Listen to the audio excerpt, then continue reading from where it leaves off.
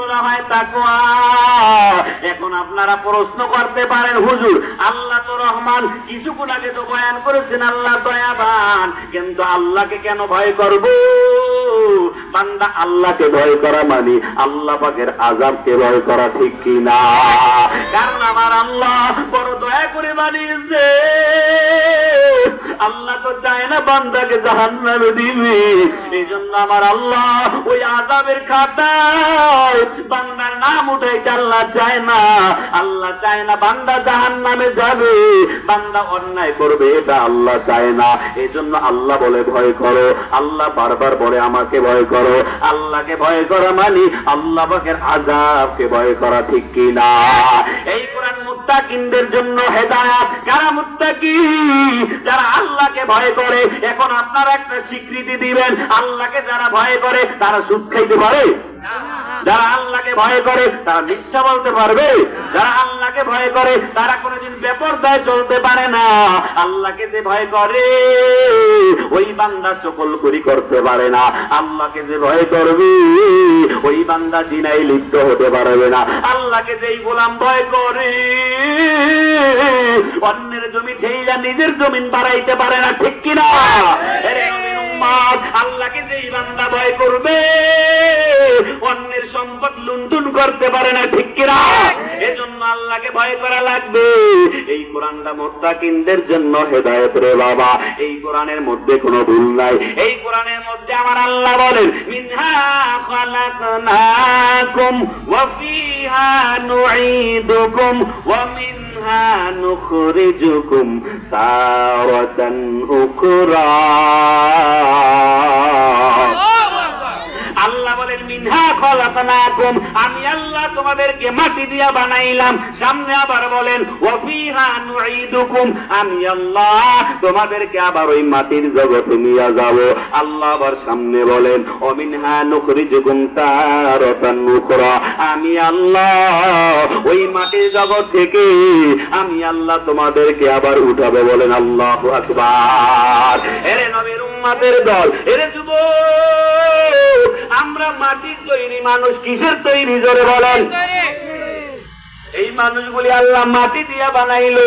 এই মাটির তৈরি মানুষ আবার আমার আল্লাহ এই বান্দাকে মাটি দিয়া বানাইলো, আবার আল্লাহ মাটির জগতে নিয়ে যাবে। এরে যুবক আল্লাহর গোলাম, এরে পর্দার অঞ্চলের মা বোনেরা, আপনারাও তো মাটির তৈরি, আমরাও তো মাটির তৈরি। এই মাটির তৈরি মানুষ আল্লাহ কেন বানাইলো জানা দরকার আছে না নাই? শুইনা যাবেন তো ইনশাআল্লাহ।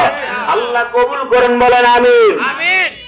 এই মাটির তৈরি মানুষ আল্লাহ কেন বানিয়েছেন? আল্লাহ পাকের উদ্দেশ্য কি? আল্লাহ তাআলা অন্য আয়াতে বলে ওয়া মা খালাকতুল জিন্না ওয়াল ইনসা ইল্লা লিয়াবুদুন। আল্লাহ বলেন এরে গোলাম, এই মাটির তৈরি মানুষ আমি আল্লাহ কেন বানাইলাম, কি উদ্দেশ্য বানাইলাম? আল্লাহ বলেন আমি আল্লাহ জিন বানাইলাম, আমি আল্লাহ ইনসান বানাইলাম। ওয়া মা খালাকতুল জিন্না ওয়াল ইনসা ইল্লা লিয়াবুদুন। আল্লাহ বলেন এই যে জিন বানাইলাম, আমি আল্লাহ ইনসান বানাইলাম। এই জিন বানাইছি অন্য কোন উদ্দেশ্য আমি আল্লাহ বানাই নাই। আমি আল্লাহ ইনসান এই মানুষ বানাইলাম অন্য কোন উদ্দেশ্যে বানাই নাই। আমি আল্লাহ ইনসানকে এই মানুষকে আমি বাড়ি গাড়ি করার জন্য বানাই নাই। আমি আল্লাহ এই ইনসানকে ব্যবসা বাণিজ্য করার জন্য আমি আল্লাহ বানাই নাই। আমি আল্লাহ চেয়ারম্যান মেম্বার হওয়ার জন্য আমি আল্লাহ বানাই নাই। এই আয়াতে আল্লাহ বলেন ওয়া মা খালাকতুল জিন্না ওয়াল ইনসা ইল্লা লিয়াবুদুন। একমাত্র আমি আল্লাহ, কেবলমাত্র আমি আল্লাহর ইবাদতের জন্য বানাইছি। বলেন সুবহানাল্লাহ। এখন আপনাদের প্রশ্ন হতে পারে আল্লাহ এই জিন আর ইনসানকে বানাইছে তার ইবাদতের জন্য। আসলে আল্লাহ পাকের ইবাদতই যদি করি তাহলে চাকরি করবো কোন সময়, ব্যবসা করবো কোন সময়, কথা প্রশ্ন জাগে কিনা মনে আসে কিনা? এখন ইবাদত কাকে বলে সেটাই তো জানি না। কথা বলে না। একদিকে আল্লাহ বললেন তোমাদেরকে বানিয়েছি একমাত্র আমি আল্লাহর ইবাদতের জন্য, অন্য কোনো উদ্দেশ্যে নাই। এখন তো আমরা ইবাদত কোনটা সেটাই তো বুঝি না, ঠিক কিনা? এরে যুবক, ইবাদত কাকে বলে সেটাই তো জানি না। মুসলমানের জিন্দেগি 24 ঘন্টাই হয় বন্দেগি, ঠিক কিনা? কিন্তু শর্ত, এখানে একটা শর্ত আছে রে বাবা, ওই কাজের ভিতরে আল্লাহ পাকের হুকুম লাগবে, নবীর তরিকা লাগবে। আল্লাহর হুকুম অনুযায়ী কাজটা হয়, নবীর তরিকা অনুযায়ী যদি হয় রে বান্দা, ওই কাজটা তোমার ইবাদত হয়ে যাবে। একবারে সংক্ষিপ্ত আকারে আপনারা বোঝেন, একটা মানুষ, আমরা দুনিয়ার জমিনে বাথরুমে যাই কি যাই না? এই বাথরুমে যাওয়াটা আমরা দুনিয়াতে একবারে নিকৃষ্ট বা খারাপ কাজ মনে করি। বাথরুমে গেছে, কথা তাই না? ভালো কইরা বুঝেন, আল্লাহ বানাইছে তার এই বান্দাকে ইবাদত করার জন্য, অন্য কোন উদ্দেশ্যে নয়। এর যুবক আল্লাহর গোলাম, ইবাদত কাকে বলে সেটাই তো জানি না।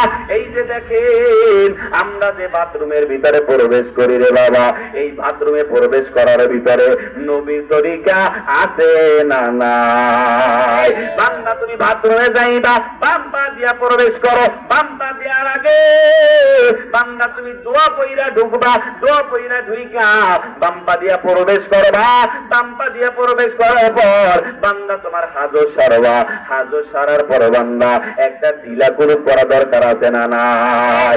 বান্দা তুমি ঢিলা কুলুপ করবা, এইটা হইল সুন্নাহ। কি করা লাগবে কি লাগবে না? তখন এই যে আপনি বাথরুমের ভিতরে নবীর তরিকা অনুযায়ী ঢুকলেন, যতক্ষণ বাথরুমে থাকবেন আবার নবীর তরিকা অনুযায়ী বের হবেন। এখানে বাথরুমের ভিতরে আপনার যেই সময়টা ব্যয় হয়েছে, এই সময়টা কালকে আমাদের ময়দানে আমার আল্লাহ নেকের পাল্লায় ওজন দিয়া দিবে, বলেন সুবহানাল্লাহ। এর যুবক আল্লাহর গোলাম, আমি একটা কথাই বলছি, আল্লাহ বানিয়েছেন আমাদেরকে তার ইবাদতের জন্য। বান্দা ইবাদত কোথায় হয় সেটাই তো জানি না। এই সাধারণ একটা বাথরুমের কথা বললাম রে বাবা, এই সময়টা আপনার ইবাদতে গণ্য হবে যদি সেটা আল্লাহর হুকুম, নবীর তরিকা হয়, ঠিক কি না? এইবার বান্দা আপনি পাইলেন এই সময়টা, এইবার আপনি বলেন আপনি ফজরের নামাজ জামাতে আদায় করেছেন, আদায় করার পর আপনি চাকরি করবেন, বাকরি করবেন, ব্যবসা করবেন, বাণিজ্য করবেন, আপনি যাহা কিছু করেন না কেন, এইটাও যদি নবীর তরিকায় হয়, আবার যদি আপনি জোহরের সময় মসজিদে যাইয়া আল্লাহর কুদরতি কদমে সিজদা দিতে পারেন, আল্লাহর কদমে যদি সিজদা দেন, ফজর থেকে জোহর পর্যন্ত আপনি যেই সময়টায় চাকরি বাকরি ব্যবসা বাণিজ্য করেছেন, এই সময়টা আমার আল্লাহ ওই কাল কিয়ামতের ময়দানে নেকের পাল্লায় ওজন দিয়া দিবে, বলেন সুবহানাল্লাহ। এরে যুবক আল্লাহর গোলাম, ইবাদত কাকে বলে? বান্দা ফজর থেকে জোহর পর্যন্ত আপনি যা কিছু করবেন সেটা যদি নবীর তরিকায় হয়, আবার যদি জোহরের নামাজ জামাতে আদায় করতে পারেন, জোহর থেকে আসর পর্যন্ত বান্দা আপনি যেই কাজটা করবেন ওই কাজটা যদি নবীর তরিকায় হয়, বান্দা মানুষ যখন ঘুমায়া থাকে তখন তো নেক আমলও করতে পারে না, গুনাহও করতে পারে না, ঠিক কিনা?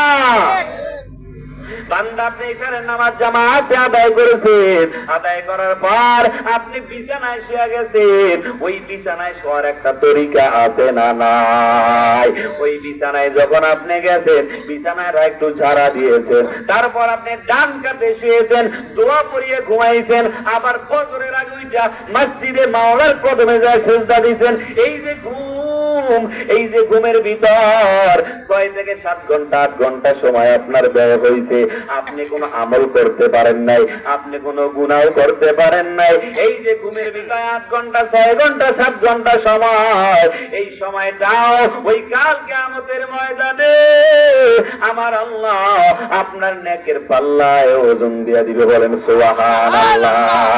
এরে যুবক আল্লাহর গোলাম, এখান থেকে কি তালিম পাইলাম রে বাবা, এখান থেকে কি তালিম পাইলাম? আল্লাহ বানিয়েছে তার ইবাদতের জন্য, কিন্তু ইবাদত কিভাবে করতে হয় সেইটা জানি না। এখন জেনে নিব, ঠিক কিনা জোরে বল।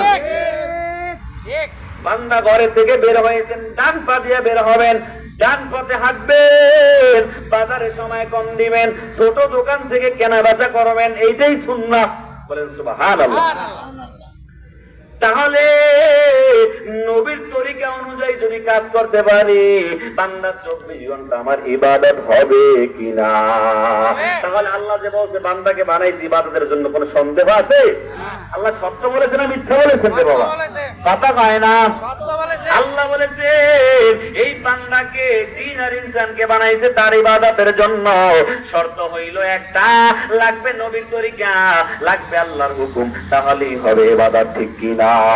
এরে যুবক আল্লাহর গোলাম, আল্লাহ তাআলা বলেন মিনহা খালাকনাকুম ওয়া ফিহা নুঈদুকুম। আল্লাহ বলেন এরে গোলাম, আমি আল্লাহ আবার তোমাদেরকে ওই মাটির জগতে নিয়ে যাব। ওই মাটির জগৎ কি রে বাবা? ওই কবর জগতে আমার আল্লাহ নিয়ে যাবে। এরে পর্দার অন্তরের মা বোনেরা রে আমার, আল্লাহ বলেন এরে গোলাম, আমি আল্লাহ করে মাটি দিয়া বানাইলাম। আমি মাটি দিয়া বানাবার পরে আমি আল্লাহ তোমাদেরকে ওয়াফিহা নুঈদুকুম, আমি আল্লাহ আবার ওই মাটির জগতে নিয়ে যাব, ওই কবর জগতে নিয়ে যাব। এরে বাবা, আর লম্বা সময় আলোচনা করব না রে বাবা, দুইটা চক্ষু বন্ধ করে দাও। ওই কবর জগতে আল্লাহ আমাদেরকে নিয়ে যাবে। আল্লাহর নবী বলেন রে উম্মত, ওই কবর জগতে যাবারে তোমরা, ওই কবরের জগৎটা কেমন হবে? আল্লাহর নবী বলছে ভবিষ্যৎ উম্মতদেরকে ডাইকা বলে, সাহাবায়ে কেরামদেরকে ডাইকা বলে, ও সাহাবায়ে কেরাম, ওই যে কবর দেখো, ওই কবরটা কারো কারো জন্য, ওই কবরটা হয়ে যাবে জান্নাতের বাগান। আর ওই যে কবরটা দেখো, ওই কবরটা কারো কারো জন্য হয়ে যাবে জাহান্নামের আগুনের কুয়া। সাহাবায়ে কেরামের মধ্যে কান্নার আওয়াজ, ও নবী আমার, কার জন্য কবর জান্নাতের বাগান, কার জন্য কবর জাহান্নামের আগুনের কুয়া? আল্লাহর নবী বলেন, ও সাহাবায়ে কেরাম ভালো কইরা শোনো, আল কবরু রাউযাতুম মিন রিয়াজিল জান্নাহ আও হুফরাতুম মিন হুফারিন নার। ওই কবরটা নেক করনেওয়ালা বান্দার জন্য, ওই কবরটা হয়ে যাবে জান্নাতের বাগান। আর বদকারের জন্য ওই কবরটা হয়ে যাবে জাহান্নামের আগুনের কুয়া। সাহাবায়ে কেরাম এই হাদিস শোনার পরে কান্নার আওয়াজ, নবীকে ডাইকা বলে, পায়ের নবী, আমি কেমনে একা ওই কবরে থাকবো? হযরত আয়েশা সিদ্দিকা রাদিয়াল্লাহু তাআলা আনহা কান্নায় ভেঙে পড়ে, আর নবীকে বলো, নবী আমার, ওই কবরে আমি আয়েশা কেমনে থাকবো? তার কন্যা ফাতেমাও ডাইকা বলে, বাবা, ওই কবরে একা একা কেমনে থাকবো?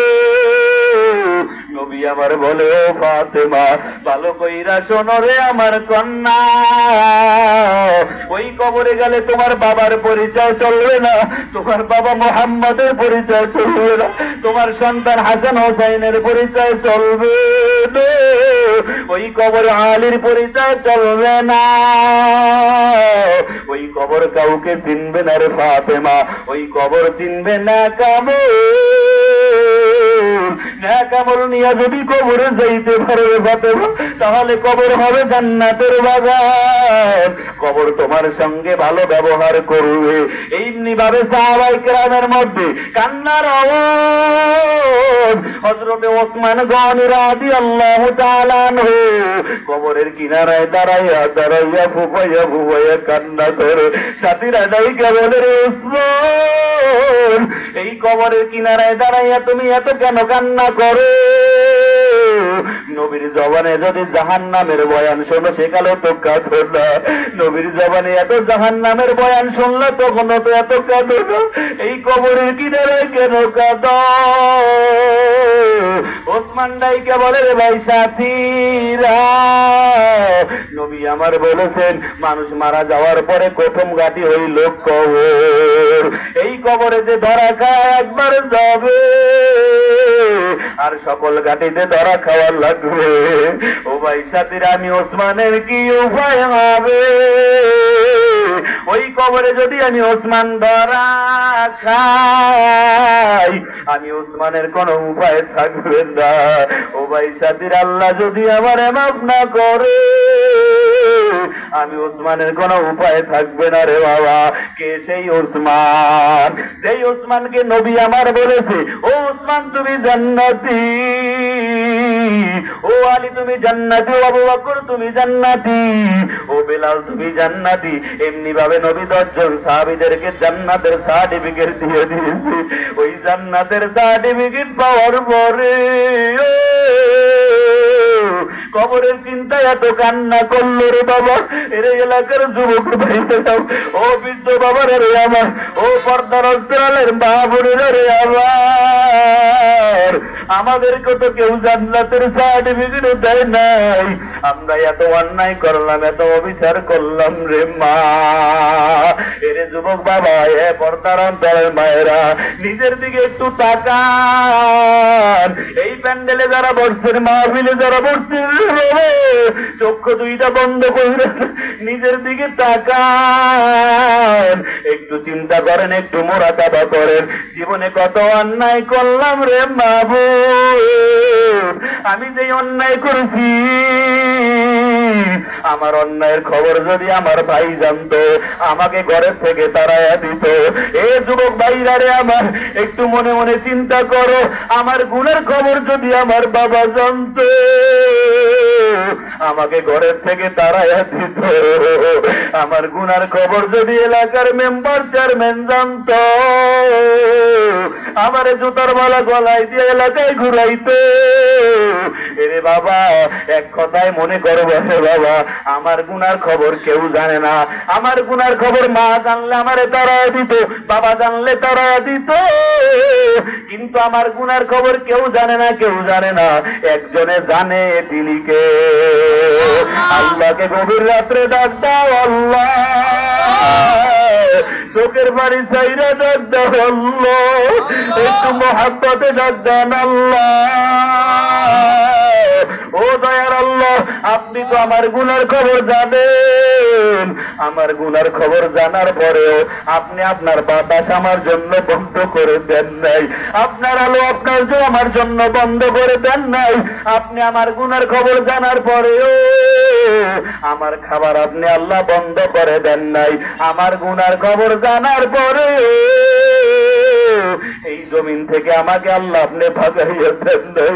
আপনি যেহেতু দয়া করেছেন, আজকে খাঁটি তওবা করলাম রে আল্লাহ। জীবনে আর অন্যায় করব না, জীবনে আর নামাজ ছাড়ব না, জীবনে আর বেপরদায় চলব না। মা বাবার কলিজায় আর আঘাত দিব না, নবীর কলিজায় আঘাত আর দিব না। এ যুবকেরা, এ বৃদ্ধ বাবারা, যারা দাড়ি কামিয়ে নবীকে কষ্ট দিছে, আজকে একটু খাঁটি তওবা করবা রে বাবা। নবীর কলিজায় আর আঘাত দিবা না, দাড়িটা আর কাটবা না। উলামায়ে কেরামের সাথে সম্পর্ক রাখবা। এই বাইতুল্লাহর মাহফিল মুফতি মফিদুল ইসলাম দামাত বারকাতুহু এত অক্লান্ত পরিশ্রম করে এই বাইতুল্লাহর খেদমত করে যাচ্ছে রে বাবা। এই বাইতুল্লাহ আইসা মাওলার সিজদা দিবা। কারা কারা নিয়াত করতে পারো রে বাবা? দুইটা হাত মাওলারে দেখায়া দাও। নারে তাকবীর। আয় আল্লাহ, গভীর রাত, চোখের গোটায় পানি, তোমার বান্দারা ওয়াদা করেছে রে আল্লাহ জীবনে আর অন্যায় করবে না। আল্লাহ জীবনে অবিচার করবে না। আল্লাহ মা বাবার সাথে আর অন্যায় করবে না রে আল্লাহ। বেপরদায় মা বোনেরা চলবে না, সবাই 5 ওয়াক্ত নামাজ পড়বে রে আল্লাহ। আপনার নবীর কলিজায় আর আঘাত দিবে না, নবীর সুন্নাতি দাড়িটা রাইখা দিবে, তোমার কুদরতি কদমে সেজদা দিবে রে আল্লাহ। সবাইকে আপনি কবুল করে নেন, বলেন আমিন। এরে নবীর উম্মতের দল, আল্লাহ বলেন মিনহা খলাকনাকুম ওয়া ফিহা নুঈদুকুম। আল্লাহ ওই কবর জগতে নিয়ে যাবে। আবার আল্লাহ সামনে বলেন ওয়া মিনহা নুখরিজুকুম তারাতান নুকরা। আমার আল্লাহ আবার ওই মাটির জগৎ থেকে উঠাইয়া কাল কিয়ামতের ময়দানে বিচার কার্য দাঁড় করা দিবে। ওই কাল কিয়ামতের ময়দানের বাবা কারো সুপারিশ চলবে না রে বাবা। আমার নবীর সুপারিশ ব্যতীত কারো সুপারিশ পাওয়া যাবে না রে বাবা। ওই আরশের ছায়া বলে ওই আরশের নিচে যদি ছায়া পেতে হয়, যদি সুপারিশ পেতে হয়, একজনের সুপারিশ পাওয়া যাবে, তিনি হলেন আপনার আমার মায়ের নবী রহমাতুল লিল আলামিন। ঠিক কি না? এজন্য রে যুবক, ওই কাল কিয়ামতের ময়দানে নবীর সুপারিশ যদি পেতে চাও রে বাবা, তাহলে নবীর আদর্শ ভিতরে ঢুকান লাগবে কি লাগবে না? আমি বেশি কোনো আমল দিব না রে বাবা, আমি একটা আমল দিয়া বিদায় নিব রে বাবা। সেই আমলটা কি রে বাবা? একটা আমল দিয়ে আমি বিদায় নিব, ওই আমলটা নিয়ে বাবা আমি বিদায় হয়ে চলে যাব রে বাবা। ওই আমলটা শুনে যাবেন তো ইনশাআল্লাহ। জোরে বলেন ইনশাআল্লাহ। আল্লাহ তাআলা অন্য আয়াতে বলে ইন্নাল্লাযীনা আমানু ওয়া আমিলুস সালিহাতি কানাত লাহুম জান্নাতুল ফিরদাউসি নুজুলা। আল্লাহ বলেন এরে গোলাম, আমি আল্লাহ তোমাদের জন্য জান্নাতুল ফিরদাউস বানাইলাম। ওই জান্নাতুল ফিরদাউসের মেহমান যদি হতে চাও বান্দা, তোমার 2টা কাজ করা লাগবে। 1 নম্বরে হলো বান্দা ইন্নাল্লাযীনা আমানু, নিশ্চয়ই তোমার ঈমান থাকা লাগবে। ওয়া আমিলুস সালিহাত, বান্দা তোমার নেক আমল করা লাগবে। আমরা কারা কারা জান্নাতে যাইতে চাই? বাবা দুটো হাত জায়গায় দেখান। আমরা জান্নাতের মেহমান হতে চাই তো? জান্নাতের মেহমান হলে আপনা মানবে বাবা 2টা কাজ করা লাগবে রে বাবা। এই যুবকের বৃদ্ধ বাবা, এ পর্দার মা বোনেরা, 2টা কাজ করা লাগবে। 1 নম্বরে লাগবে ঈমান। ঈমান কাহাকে বলে বাবা? আমরা আল্লাহকে দেখি না, দেখি কিনা, আমরা বিশ্বাস করি কিনা আল্লাহ একজন আছে কিনা, আমাদের খাওয়ানোর মালিককে। একটু জোরে বলেন, আর জোরে বলেন না বাবা। প্রতিদিন আমাদের চিল্লাইতে হয়, আমাদের কষ্ট না, আপনাদের হয়। একটু বলেন আল্লাহ। তাহলে বাবা আমরা আল্লাহকে দেখি না, আল্লাহকে বিশ্বাস করলাম। আমাদের বাঁচানোর মালিককে, আমাদের খাওয়ানোর মালিককে, সম্পদ দেওয়ার মালিককে, সুস্থ রাখার মালিককে, অসুস্থ রাখার মালিককে। বাবা এটার নামই ঈমান। আর ব্যাখ্যায় যাব না রে বাবা। আল্লাহকে বিশ্বাস করলাম আল্লাহ একজন আছে, এখন ঈমানদার হইলাম। শরীয়তের ভাষায় ঈমানদার। ঈমানের পাশাপাশি আল্লাহ পায় শুধু ঈমান আনলে চলবে না, তোমার নেক আমল করা লাগবে। এখানে আপনারা ফতোয়া দিতে পারেন, হুজুর ঈমান আনলে তো জান্নাতে যাব রে বাবা। আপনার কথাও ঠিক আছে, আপনি জান্নাতে যাবেন। একটা আমার প্রশ্নের উত্তর দেন, আপনি ঈমান আনছেন, এখন ঈমান আনার পরে আপনি 1 ওয়াক্ত নামাজও পড়লেন না। 1 ওয়াক্ত নামাজ যদি কাজা করেন কয়দিন জাহান্নাম? 2,88,00,000 বছর জাহান্নাম। এখন আপনি ঈমান আনছেন, আল্লাহকে মানলেন, বান্দা আপনি নামাজ পড়লেন না, ঈমানের পাশাপাশি আল্লাহ বলছে নেক আমল করার জন্য, আপনি নেক আমল করলেন না, আপনি নামাজ এক ওয়াক্ত পড়লেন না, ঈমানের বদৌলতে জান্নাতে যাবেন, ঠিক আছে। এখন যদি এক ওয়াক্ত নামাজের জন্য 2,88,00,000 বছর জাহান্নাম হয়, এখন আপনি বয়স পাইলেন 50, 60, 70 বছর, খালি নামাজের জাহান্নামে কয়দিন জ্বলবেন? এই দুনিয়ার কম্পিউটার ধরবে নিজের কাজ, কত লক্ষ বছর, মিলিয়ন বিলিয়ন বছর জাহান্নামে জ্বলবেন, এইটা আপনার কোনো কম্পিউটার ধরবে না। এইটা গেল খালি নামাজের বেলা। মিথ্যা কথা যদি বান্দা বলেন 7,000 বছর জাহান্নামে জ্বলা লাগবে, এখন মিথ্যা কথাই যদি খালি বইলা যান, কবে আপনি জান্নাতে যাইবেন? আল্লাহ বলে বান্দা তুই ঈমান আনছো, নেক আমল কর, সরাসরি জান্নাতের মেহমান হবি, জান্নাতুল ফেরদাউসের মেহমান হবি, ঠিক কিনা? আমি ঈমান আনার পরে আল্লাহকে সিজদা করলাম, এইটাই বান্দা নেক আমল। মিথ্যা বললাম না, এইটাই নেক আমল। রোজা রাখলাম, এইটাই নেক আমল। বান্দা আর একটা কাজ করা লাগবে, আব্বারা আপনারা কষ্ট নিবেন না, আপনারা কেউ মনে কষ্ট নিবেন না, একজনও উঠবেন না বাবা।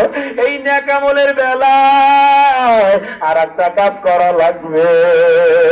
নামাজ পড়া নেক আমল, রোজা রাখা নেক আমল, হজ করা নেক আমল, যাকাত দেওয়া নেক আমল, দান সদকা করা নেক আমল। বলেন আল্লাহু আকবার। এরে বাবা আমার আর কষ্ট হইতেছে, কারণ বাবা প্রতিদিন চিল্লাইতে হয় আমাদের। বাজান রে আপনারা জান্নাতের মেহমান হইবেন, ওই জান্নাতুল ফেরদাউসের মেহমান হবে, হওয়ার জন্য একটু নেক আমলে কাজ করবে, একটু নেক আমলে শরীক হবো। আল্লাহ বলছে বান্দা ঈমান আনার পাশাপাশি বান্দা তুই নেক আমল করবা, ওই নেক আমলের জন্য আমি মুসাফির মানুষ, আপনারা জান্নাতুল ফেরদাউসের মেহমান হইবেন, এজন্য একটু আমি হাত বাড়াবো। এই যে আল্লাহর ঘর বাইতুল্লাহ, এই বাইতুল্লাহর জন্য আমি গুনাহগার একটু হাত বাড়াবো। এই ময়দানে বাবা আমি লম্বা চূড়া চাইবো না, আমি একবারে ছোট অঙ্কের একটা টাকা চাইবো, মাত্র 1,000 টাকা। কে আছেন এই নেক আমলে শরীক হইবেন রে যুবক? কে আছেন বৃদ্ধ বাবা? মাত্র 1,000 টাকা দিয়া আপনি নেক আমলে শরীক হইবেন, আল্লাহর দরবারে দোয়া করুন, আল্লাহ যেন আপনাদেরকে জান্নাতুল ফেরদাউসের মেহমান বানায়। কোন বাবা পারবেন? একটু প্রথমে একটু বলেন নামটা, আমি আপনার জন্য প্রাণ খুলে দোয়া করে। কে আছেন? নারে তাকবীর। আল্লাহু আকবার। জনাব মোহাম্মদ আব্দুল মালিক ভাই, নারে তাকবীর। আল্লাহু আকবার। জনাব মোহাম্মদ আব্দুল মালিক মেম্বার ভাই, আল্লাহ হাতটা দেন, হাতটা দেন। কই লোকটা কই আসে নাই? আল্লাহ আমি সর্বপ্রথম চাইছি জান্নাতুল ফেরদাউসের মেহমান হবে। আয় রব্বুল আলামিন আপনার কোরআনের ভাষ্য অনুযায়ী বান্দা নেক আমলে শরীক হইছে, আয় আল্লাহ তাকে তুমি জান্নাতুল ফেরদাউসের মেহমান বানাই দিন, বলেন আমিন। আল্লাহ আব্দুল মালিক মেম্বার সাহেবকে আল্লাহ হায়াতের মধ্যে বরকত বাড়ায় দাও, আয় আল্লাহ জানে মালে বরকত বাড়ায় দাও, বলেন